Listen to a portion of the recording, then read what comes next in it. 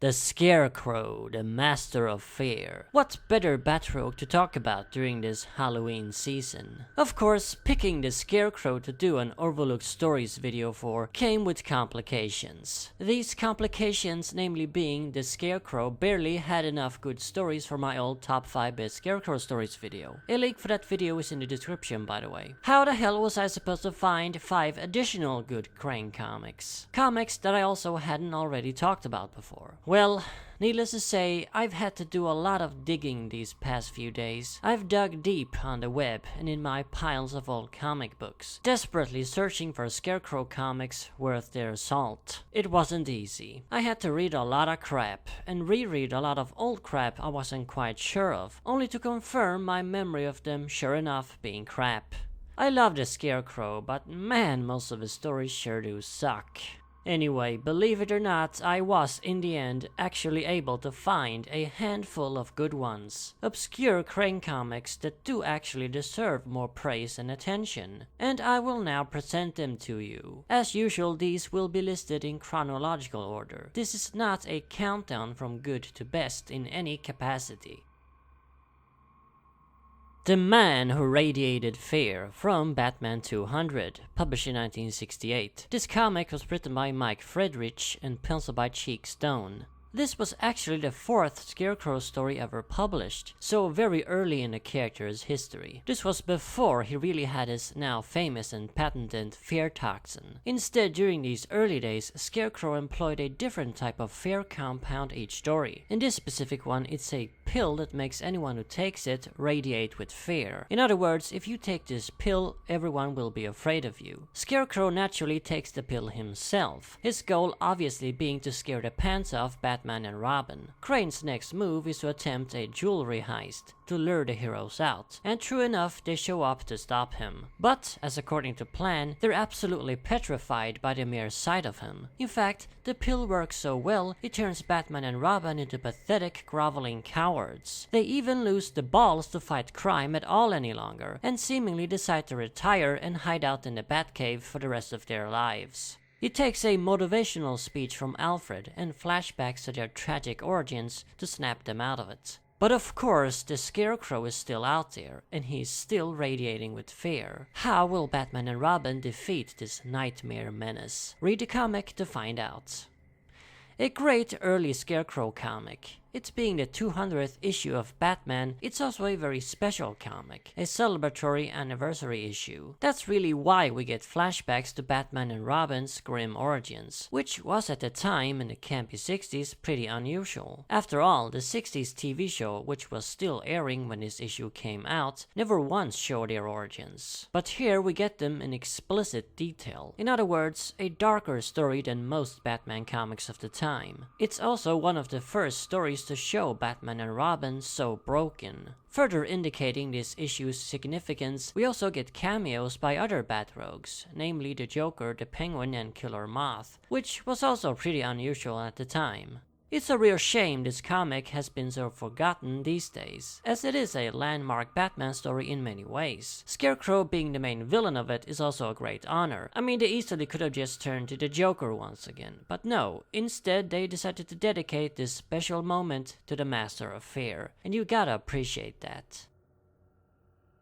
Batman's Evil Eye from Detective Comics 389, published in 1969. This one was written by Frank Robbins and penciled by Bob Brown. So this is the Scarecrow's 5th appearance, his immediate next appearance following Batman 200. So we got 2 good Kane comics in a row back in the late 60s. Anyway, so in this tale, Jonathan Kane reforms and is released from prison. Ironically, Bruce Wayne helped in his reform, and has even offered him a job at the Institute for Psychological Research. Batman helping villains reform in the guise of Bruce Wayne is pretty common these days, but this comic has got to be one of the earliest examples of that happening. Unfortunately though, Bruce is being played for a sap, and Crane isn't actually genuine about his reform at all. So no, this isn't a sympathetic Scarecrow reform story. That would have been even more awesome. It's still good though. As it turns out, Crane is secretly planning a new plot against his hated nemesis, the Batman. While meeting Bats outside the prison and shaking his hand, Crane covertly drugged him with his latest fear concoction. It's very similar to his drug from the previous story, only of course this time he has applied it to Batman. In other words, this time around, Batman is the one who radiates fear. But why would Scarecrow make everyone afraid of Batman? Isn't that rather counterintuitive? Well, it isn't everyone who's affected. Like for example, Robin and Gordon aren't affected. It's only criminals who are affected. That does make it even more counterintuitive though.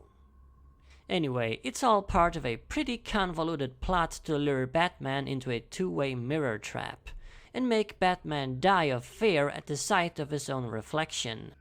Yeah, the plot is kinda wonky and awkward in this one. It's really the theme it explores that makes it great. This comic is actually very meta. When the drugged Batman starts scaring the crap out of criminals, he begins to reminisce about his early days, the times when Batman was a frightful avenger of the night. He isn't that any longer, or rather wasn't in the 60s. He had been transformed into a jolly caped crusader for quite some years. So this story is a commentary on how Batman as a character had changed over time, going from a dark knight of the shadows in the early Golden Age to a campy Joker in the Silver Age. Pretty fascinating stuff, and it's very unusual to see a comic this old be so meta. It wasn't really a thing they did back then, not very often anyway. This comic also served as a bridge between the campy Silver Age and the grim Bronze Age. By 1969, times were changing in the world of Batman, and this is one of the comics that began that change.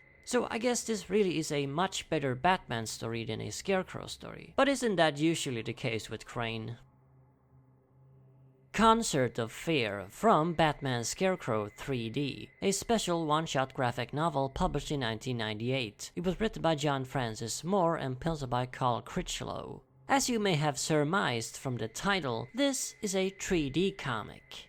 That's how desperate I am. It's also one of the stories I hadn't read before and discovered while doing my digging. Well, I had actually heard of it, but I've always passed on it because it's in 3D. I assumed it was a crappy story relying solely on a cheap gimmick. How wrong I was. The gimmick may be cheap, but the story is actually great.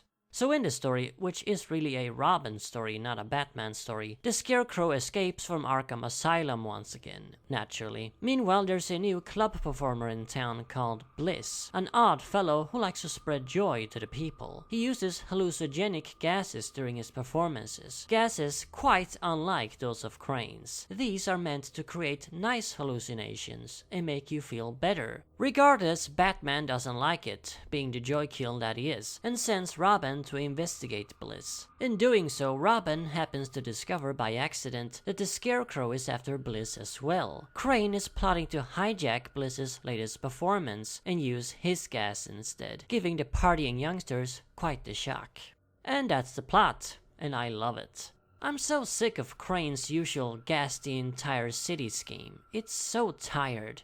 We've been there and done that 100 times already. This plot is way more specific, gassing a concert, and that immediately makes it more interesting to me. What's even more interesting are Johnny's motivations. Money isn't involved at all, nor is revenge or scientific research. He's simply doing it out of spite.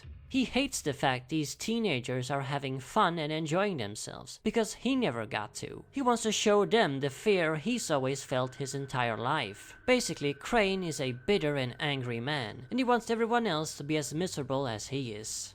This is, in my opinion, a great characterization of Crane. In fact, I'd go as far as to say it's one of the best characterizations of Crane ever. He's creepy and sinister, yet kind of sad and tragic as well at the same time. That is not easy to pull off, but John Francis Moore did it perfectly in this comic. Try to disregard the 3D, which as you can see looks very blurry in these images. Not all pages though, for some reason. I guess all of them aren't in 3D. I don't actually know what the 3D looks like in person, as this is a comic I don't physically own. I read it online. Because it turned out so great, I actually want to get a physical copy though, and it would be interesting to see just how well the 3D actually works. Fear is the Key from Gotham Knights 49, published in 2004. This story was written by Jeff Johns and penciled by Tommy Castillo. So this is not the actual main feature of the comic, it's a black and white backup tale. I did mention that I was desperate, didn't I?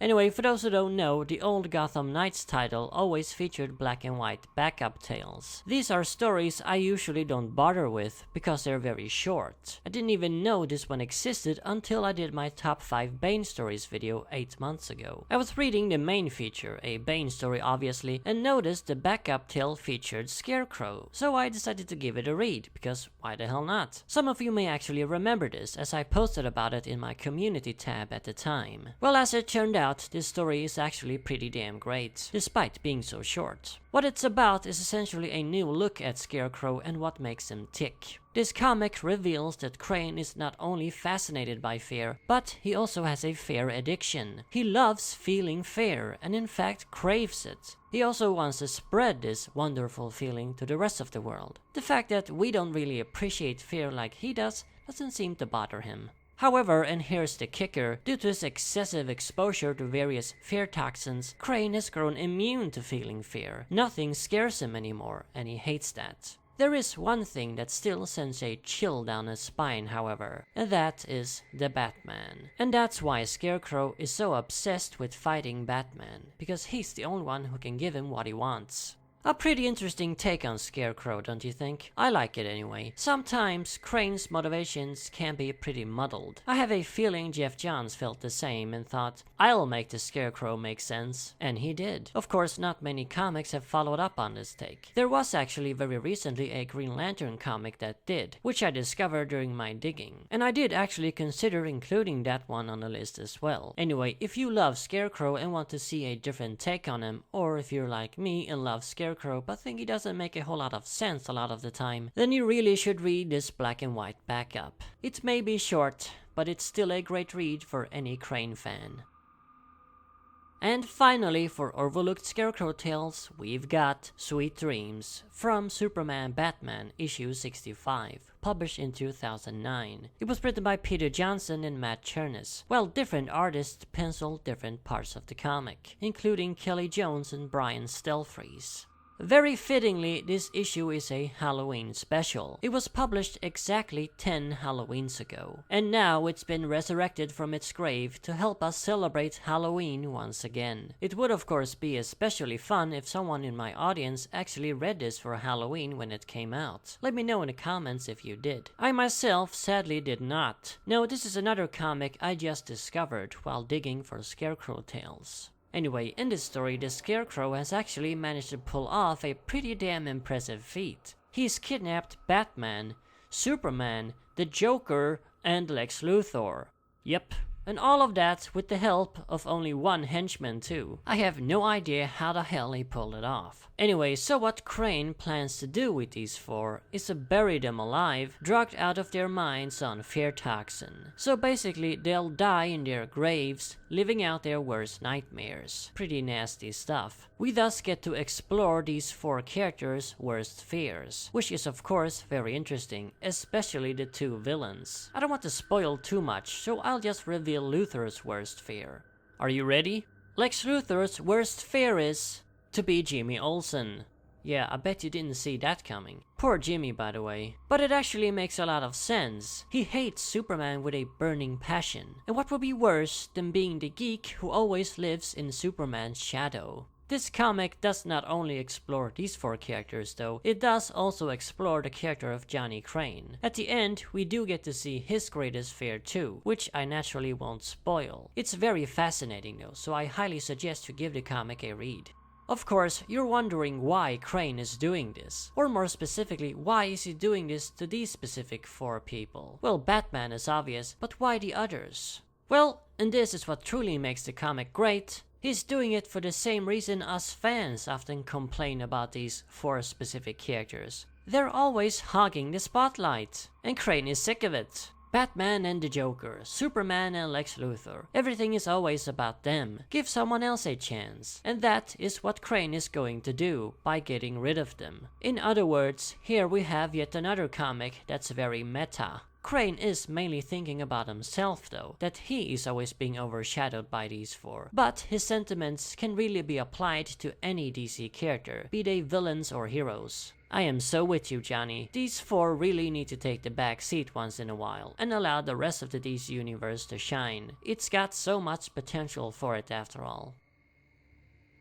And here you have it, 5 overlooked Scarecrow comics. It wasn't an easy list to compile, but I somehow managed in the end anyway. By the way, never ask me to do lists like this for Mr. Freeze and the Mad Hatter, because that would be even more hopeless. Anyway, I've got more spooky videos coming this Halloween, so stay tuned for that. And as always, remember, Arkham Asylum awaits you in the next video.